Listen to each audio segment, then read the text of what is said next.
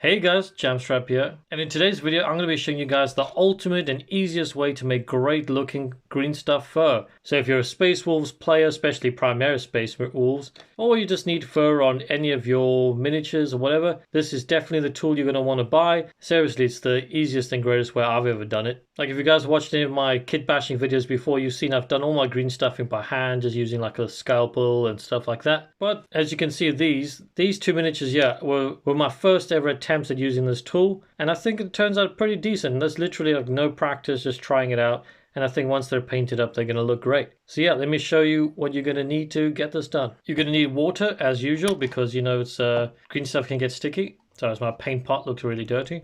You're going to need your little hobby knife as well for various reasons. Possibly some tweezers to pick up the fur when you're done. Some super glue. Any super glue will do.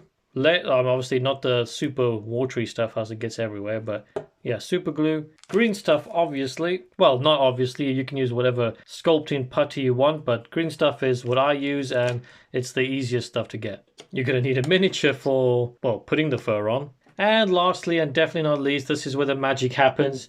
You're going to want this bad boy. This is the Green Stuff World Fur Texture Plate. Now it's like a little rubbery thing, and as you can maybe see, it's kind of got like a furish texture building that. Seriously, if you can get your hands on this thing, just get it. It saved me so much time and effort.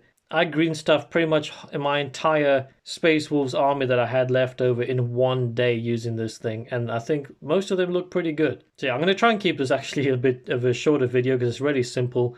It's not really much you need to learn yet, so let me stop rambling. Okay, so let's get our green stuff out. Now, you're going to want to go 50-50 with yellow and blue. To be honest, I have been experimenting of putting a little bit more yellow into it so it makes it softer and it picks up that fur texture a bit more. But for like a kind of beginner's guide, I'll just say go 50-50. But if you want to experiment for yourself, maybe put a little bit extra yellow in there and I think it might come out a bit better. And as always, you want to keep your fingers wet because the green stuff can get really sticky. And you just squeeze the stuff together. I'm not doing too much today because I'm just showcasing you guys how to do it on this one model. And also at the end of the video, I'll give you some kind of like examples of ones I've done. But I mean, if you check out my kit bashing assault intercessors or how to kit bash outrider bikes, you'll see some different fur textures there. But I'll show you here anyway at the end.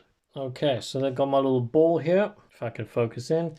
Then just make sure this part is wet. Stick it down. Flatten it out a little bit, but kind of keep it, because I'm doing a loincloth, try and keep it like in a longish shape. Don't flatten it down too much though, because you're going to be flattening it on this as well. And yeah, that should be alright, kind of like that. Now you get your tool. Now you do have to kind of keep in mind which way the fur is going. It goes into one direction. So if you have some section you want to be like if you want the fur going in a certain like way, like the fur's going downwards, you have to kind of pay attention to that. But you'll kind of figure out which way it goes when you do it. So I believe if I put it this way now, all the fur is going to be going downwards. So what you want to do is just get this section wet so it doesn't stick. Get your tweezers or your hobby knife or whatever. Stick that down. Now make sure your fingers are wet and just push that bad boy in there pretty hard as you want. Make sure it gets all up into the little fur crevices. And then you want to get rid of all your fingerprints. So you just kind of roll this over. And it just helps it get a bit more in there and more evened out as well. Oh, just came out a bit there. Now this is going to be way too long for this dude, but let's take it out. Trying to do this on camera is not great. And there you have it. You got some pretty sweet looking fur. I kind of destroyed the top there, but as you can see, that's some really nice looking fur right there. And all you do is, that's why I make it a bit too long. So you're always pulling and holding the top part of it. So you can want to cut that off, but you want to measure it out now. See where you want it at. So that's a mighty long loincloth. So I'm going to snip it almost like probably about there or something, not too long. Yep. Dunk my hobby knife in the water and just cut the top off. Now keep in mind, if you wanted to make like a leathery flap over the top, you could have kept that on there and just folded it over so it kind of looks like that, if you know what I mean. That would still look good. I mean, you can still keep that on the side. I might do that. Better than wasting green stuff. And now as you can see, this is like really straight on the edges and rounded. It doesn't look quite natural.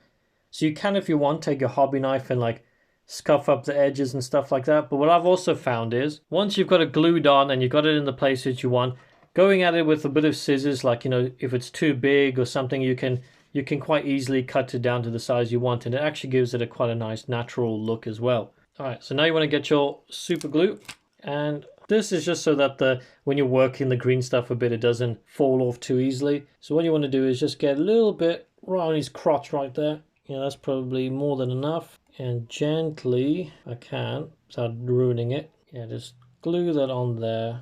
There we go.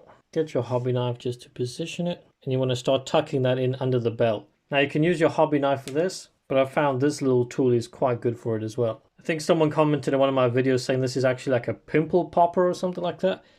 Yeah, I don't know where you find them, but it's a really nice sculpting tool. Just tuck that where you need it. And if you do find you destroy some of the fur, just use your knife to kind of like make some more wiggles and stuff like that. And there we go. That should stay in place where it is there. So we can start kind of like messing around where we want it. Get a bit more movement in it. And there we go. You could pretty much leave it there if you wanted to. But like I said, to me, it doesn't look very natural. So I'm going to take it to the next step. And you can use your hobby knife or a tiny little sharp scissors. Make sure it's sharp. And just kind of, little snips here and there just to kind of rough it up. You can make it shorter, longer, whatever. Well, not longer. You can make it longer by stretching it, I guess. You see that edge is already looking a bit more rough. And similar thing there. And to be fair, that could probably do you if you want. But I'm probably going to add an extra, just cut off a little bit off of the bottom just to make it a bit shorter, a bit more natural. Oh, careful not to fold it in on itself. All right. So we've got a bit more of a rough texture going. And then with your hobby knife or whatever you want, I'll do with the hobby knife just so you guys can kind of see. I just kind of rough the edges up as well, just so it kind of looks a little bit more natural. Doesn't just have those straight lines. Just pull some of the green stuff out so it looks like some hairs coming out, if you get what I mean. And like I've shown before, if you got like this loinclothy kind of thing, you can just use an end of a paintbrush, push that out, just so you got something to press up against, and then you just kind of pull it out a little bit. And there you pretty much have it. All I'm going to do now is just move it into the way like I want, where I want it to kind of be blowing in the wind and all that kind of stuff. Make sure your tools are always wet. And there we have it, guys. That is this guy done. I've got the green stuff into a place that I want. I mean, you can make it rough around the edges if you want. You can make it shorter, longer. You can overlap it if you want. Like I say, you can get like leathery flaps. Yeah, like this bike I did over here. I did like a big piece and I just flapped the end over like that over some chain, something. So that looks like leather and then fur. Like I say, loads of stuff you can do with this tool. Yeah, another example there with a shorter one. Probably should have roughed that one up a bit more. And another loincloth there. Let me find one shoulder one for you guys. Yeah, there we go. There's one I did like a little flap of leather over there on the shoulder. And moved it so it's blowing in the wind. And yeah, like I said, I was going to try and make this a quick video and I'm rambling on as usual. I'll leave a link in the description below where you guys can buy this thing. It's definitely 100% worth it if you're going to be doing armies and armies of green stuff like I've been doing here. I really recommend it. I think this is the ultimate tool I found. I mean, if you guys have found anything better than this, then please let me know, because I mean, this thing's going to be hard to beat, to be honest. And it's not expensive, especially for the amount of things you can use this thing forever, and you're going to do absolutely hundreds of armies of great looking fur really quick.